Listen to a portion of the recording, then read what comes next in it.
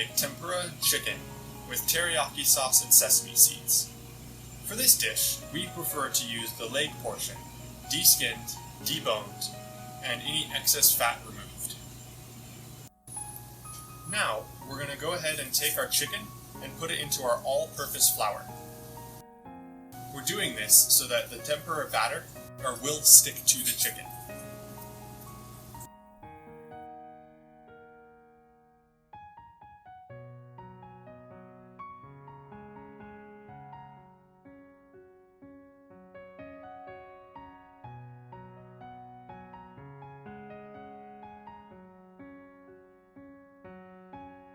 Now we're going to go ahead and make our tempura batter. To make our batter, we're going to need 1 cup of sifted tempura batter mix. We're also going to use 1 1/8 cup of cold water.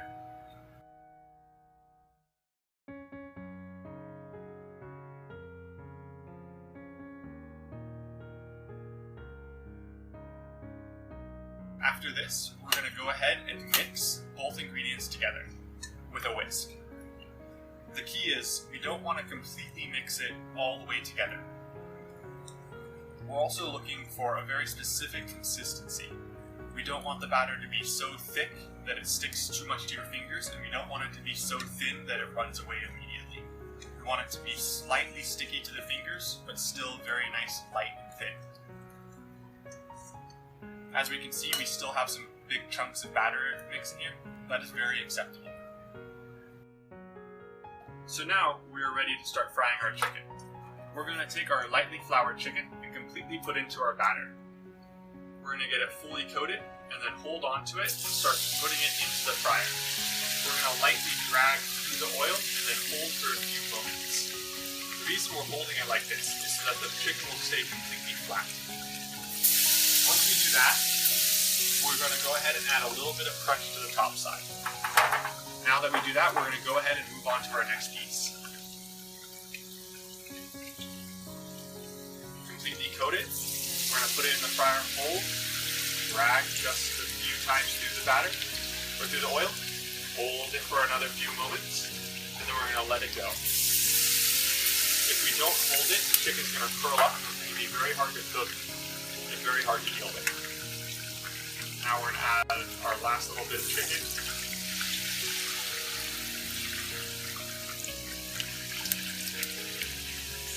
Holding it. Then we're making sure to add a little bit of batter so that we get a nice, perfect, crunchy outside.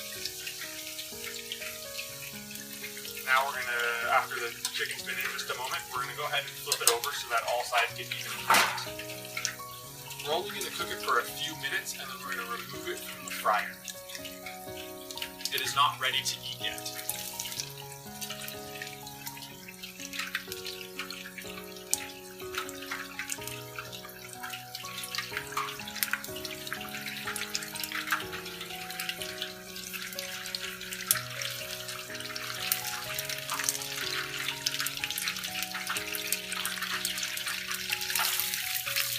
See, we have a nice, very, very light golden color.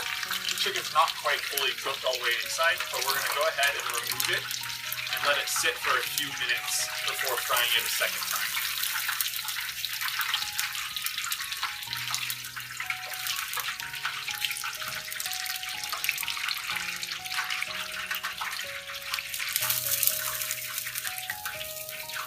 Now that all of your pieces have been fried once, we can go ahead and start getting any plates ready for decoration with decorations, or get everything prepared and ready to go, because after we put it in the second time, it's going to be completely cooked and ready.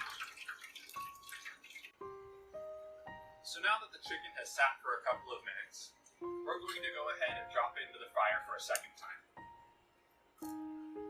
We're dropping it into the fryer for a second time to make sure that it's fully cooked, and it will help the chicken become very nice and crispy. It's going to be in here for a minute or so. And what we're looking for in the chicken is a very nice golden brown color. We're also looking for these very large bubbles to start to roll away in the grill. And sometimes, for some people, you can usually hear a difference in the taste of the sound of the oil.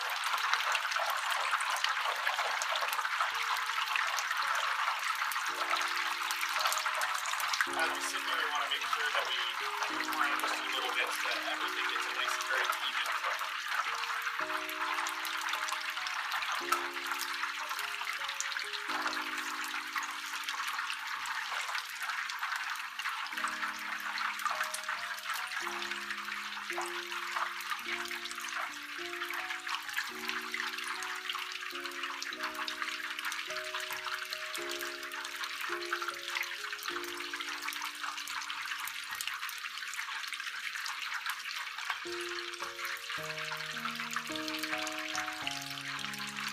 So as we're doing, you might be able to hear that the sound of the bubbles is a lot softer than it was when you first dropped it in, and you can see that the chicken is becoming a lot more golden brown in color.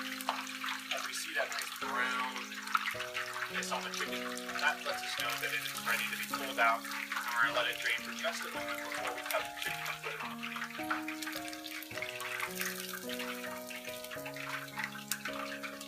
Now our chicken's ready to be cut and plated.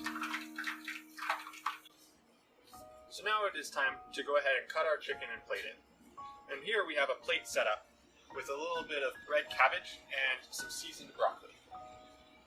So now we're going to go ahead and start cutting the chicken. We're going to take one of our pieces, we're going to go ahead and cut them into about 1/4 inch strips.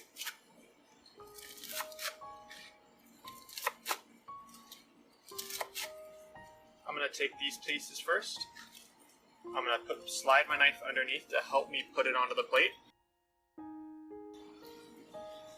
Get everything there. Then I'm going to go back and cut my last piece of chicken.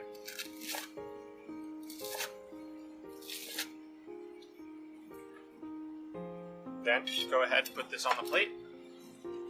Arrange it so it looks nice and beautiful. Now it is time for us to go ahead and put a little bit of sauce on. We're going to go ahead and take our teriyaki sauce. We're using a 2-ounce ladle to put our teriyaki sauce over the chicken. And with this, we're going to slice and coat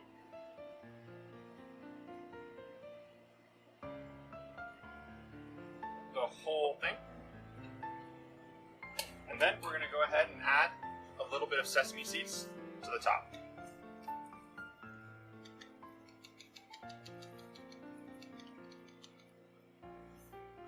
And here is our completed dish.